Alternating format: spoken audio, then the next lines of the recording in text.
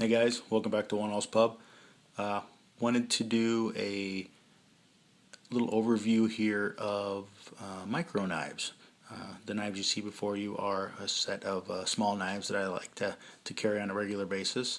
I just noticed that what I'm missing from this little list here, or this little set I have laid down before you, is a Victorinox Classic. That should probably be on this list as well. Certainly one of the more ubiquitous knives in my life. I carry that thing, or I don't carry it anymore, but I used to carry Victorinox Classic as my EDC for years. And I keep one in my desk at work and every vehicle I own, and pretty much everywhere, all around the house, I have multiple copies of that little knife. So yeah, that probably should be on the list here, but I won't stop the vid and start over just because I don't really carry it in the pocket anymore. So, and I'm talking about EDC type micro knives. So we'll just keep going. So anyway, these are kind of the primary little secondary EDCs that I carry.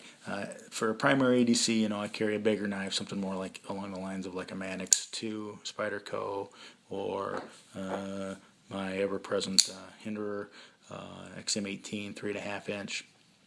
These two bigger knives are examples of your Para 2, my new Stretch, whatever, are just all examples of what typically I'll carry as my primary EDC. I just kind of like the 3.5 inch platform, and now I got that. If you've watched my other vid on the 3-inch Hinderer, you see that I have a 3-inch now too, and that's a smaller knife.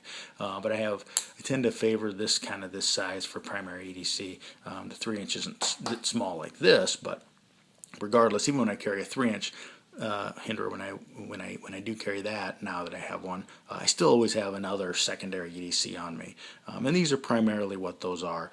We have the Fellhoelter Frikky folder, the Spyderco Ladybug 3 Salt Hawkbill, the Boker Keycom, the Sanrenmu 401, I think it is, if my memory is serving, and the Boker Wharcom, part of the SOCOM family, but with the Wharncliffe blade. All of these work great. All these ride in your coin/watch pocket very, very well. They're all really good knives for taking out and using in a crowd of people, let's say, where if whipping that out would alarm people. Non-knife people, for whatever reason, seem to think if you have this in your hand that you're about to go psychotic and start slashing people like some kind of bad horror movie. Obviously not the case.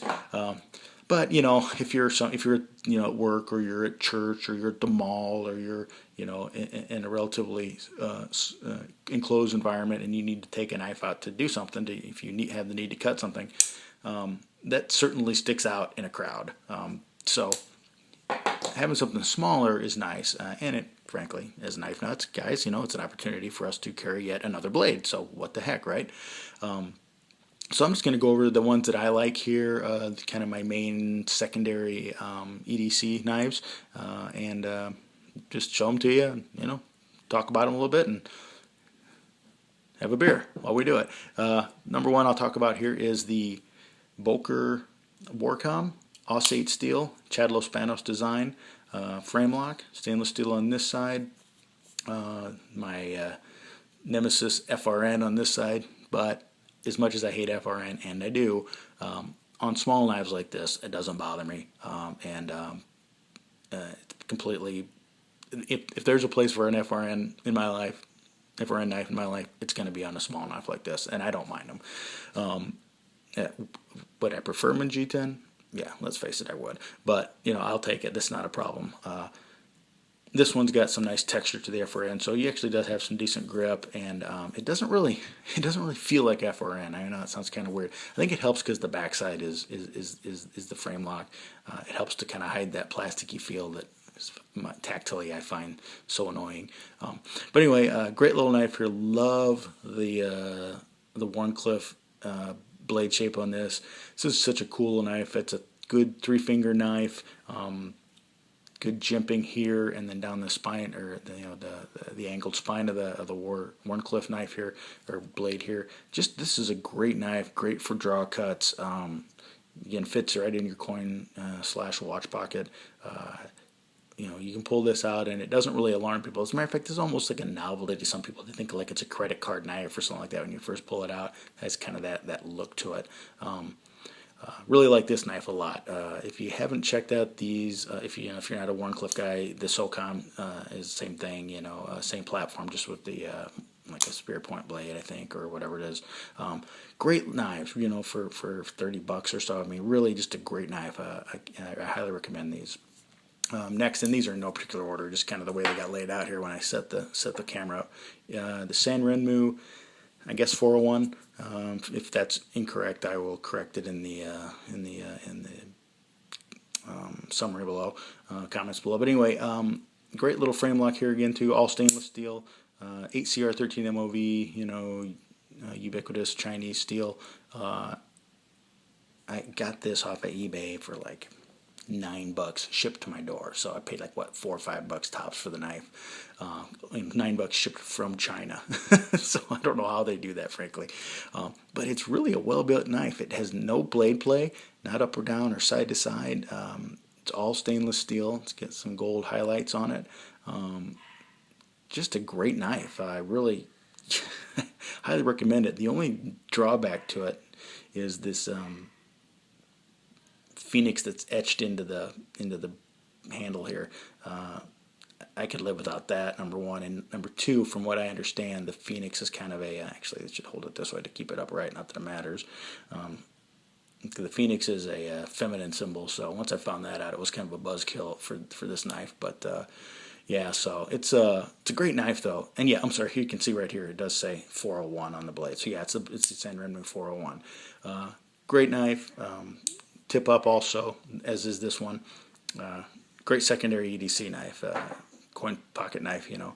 Next is the Boker Keycom. It's kind of the smaller brother of the SOCOM / Wharcom series by another Chad Los Banos design. Another stainless steel frame lock on this side, more kind of pattern textured FRN on this side. Another Wharncliffe style, kind of a drop point, modified Wharncliffe. Clip point maybe, I guess, would be modified Wharncliffe. I don't know, similar jimping as the Wharcom. Not nearly as grippy on this one, in the smaller format. Cool blade shape though, very pointy. This is a great tip for digging out splinters and doing really delicate work. I mean, this thing comes to a needle point, but that makes it delicate, so you got to be careful with it. Cool knife, really a two-finger knife at this point. You really can't get that third finger onto it. Oops, there you go. See, it's really not going to give you 2 fingers, but cool little knife. Great ergonomics for such a small knife. AUS 8 steel like the Wharcom was. A little hard to deploy sometimes, and that's going to be the case with any of these that have a good locking mechanism, or not, that have strong detent on them. They can be tough to get out, just because of the nature of the smallness of the knife. And this one you can struggle to get this one open a little bit. Sometimes if I'm going to use this, it may be a two-handed opening affair just to do that. If I'm pulling it out to purpose-minded. But just to play with it and flick around with it, it can be. Sometimes you can hit and miss it. But cool little knife. Only drawback to this one really is that it's only offered in tip down, which in a small knife like this I find to be ridiculous, because this is. Let's take for example this guy. Well, here I'll use this one as an example. I'm going to put that in my pocket like so. Excuse me, bumping the camera there. I'm going to put that in my pocket like so. It's going to ride in my pocket, like this. As I reach down to grab it, I'm going to pull it out. Boom. It's going to present like that. It's right exactly where it needs to be. I pull it out. There it is. When it's tip up, you pull it out. Again, and you got to, with this little knife, you got to fumble around with it. When you just pull that out, when it's tip up like this, it's perfect. Pull it out. Excellent. That's my only beef with this little guy. If this was tip up carry instead of tip down, I'd like this knife a whole ton lot more. And I know it sounds stupid, but it really does affect the fact that I have to pull this out and it's being so small. I get it out and then I got to fumble with it and turn it over in my hand and whatnot. It is a little bit annoying, but overall, it's still a really cool knife, and I do like it, and I still do recommend it. I recommend all these. Next is my Spyderco Salt Ladybug 3 with the H1 rust-proof steel. Great stuff. I've washed this. I left it in my pocket and washed it, and it is rust-proof. It's pretty good stuff. So you also note that this one is not yellow. I dyed it. I actually tried to dye it purple, and it came out black. But over the course of time, that has started to wear away, and you can start to see the yellow coming in on it again. I don't know if I can get that. If I can get this to focus. There you go. You start to see some of the yellow coming back through, which I think you can on the sides here too. I don't know the sides of the scales. I don't know if the camera will catch that or not. Maybe a little bit right there, maybe. It's actually in person. It's a really cool effect, and I hope it continues to wear like that. It really looks neat. Great knife. Hawkbill, you know, I actually really dig Hawkbills, but they're not the most useful for EDC in my own personal experience, and I don't really care for full serrated blades or partially serrated. I hate combo edges. It's like the worst of both worlds. But on this knife, I like the full serrations. It's just an opportunity to have a full serrated knife with me at all times, which sometimes you need to do a little sawing or this or whatever. I've had it come in handy before, I really have. And this is a very functional knife. This thing will cut well. It'll do what you need it to do. You get great ergonomics, a good full 3 fingers on this. You get a nice shelf there for the ring finger. Nice jimping here in the front. The thumb ramp deploys. It's got a lock back and it deploys well. Just a great. I mean, you can't Spidey flick it, but you can Spidey drop it. How about that, huh? But yeah, it's just a great knife. I highly recommend this knife. This whole format, the Ladybug, is a great format. That if you like H1 and if you like Hawkbills, this is you got to have one of these knives. Everybody should have this knife.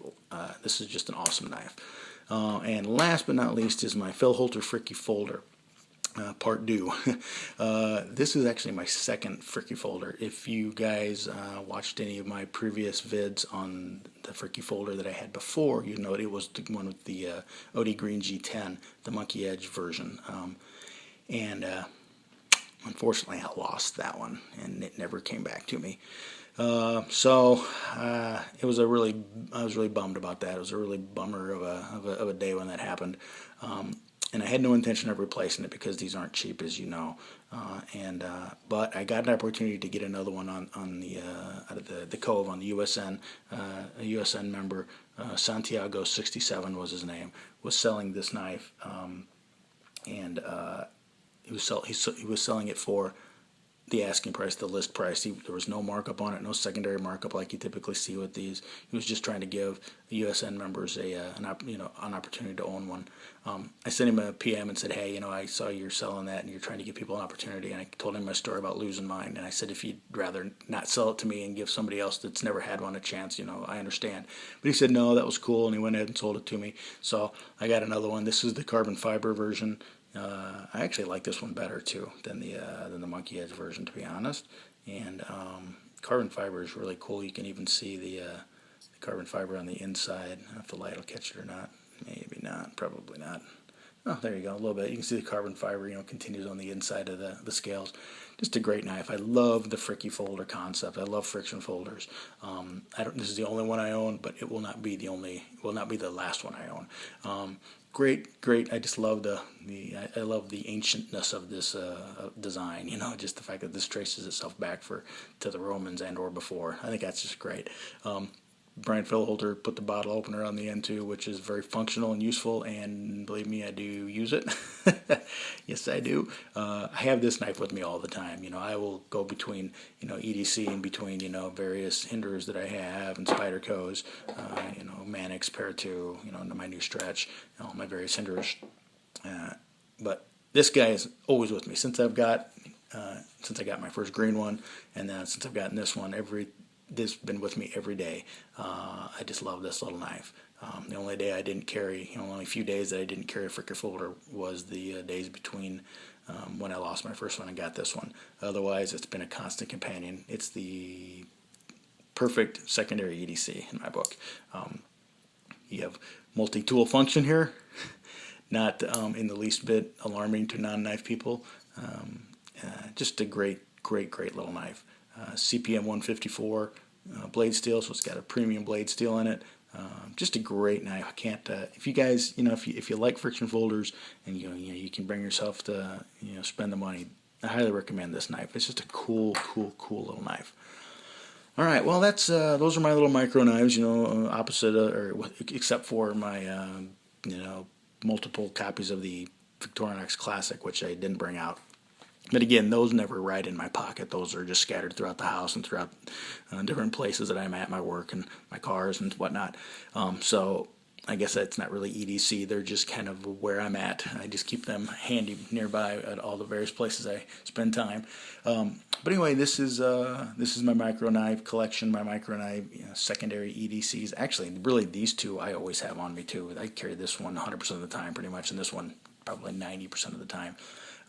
So really I have two secondaries, so maybe we'll call this one a tertiary just for argument's sake. But anyway, those are my micro knives. Thanks for watching. I recommend all these. You have pricing from less than $10 up to way more than $10. But these can all be had for between $20 and $40 probably. So highly recommend any of them. Great little knives, real good companions to more bigger type EDCs that a lot of us like to carry, and good for use in more non-knife environments, or around non-knife people at least. Anyway, thanks for watching, guys. That's 1 Oz 2 cents. Keep the change. Sláinte.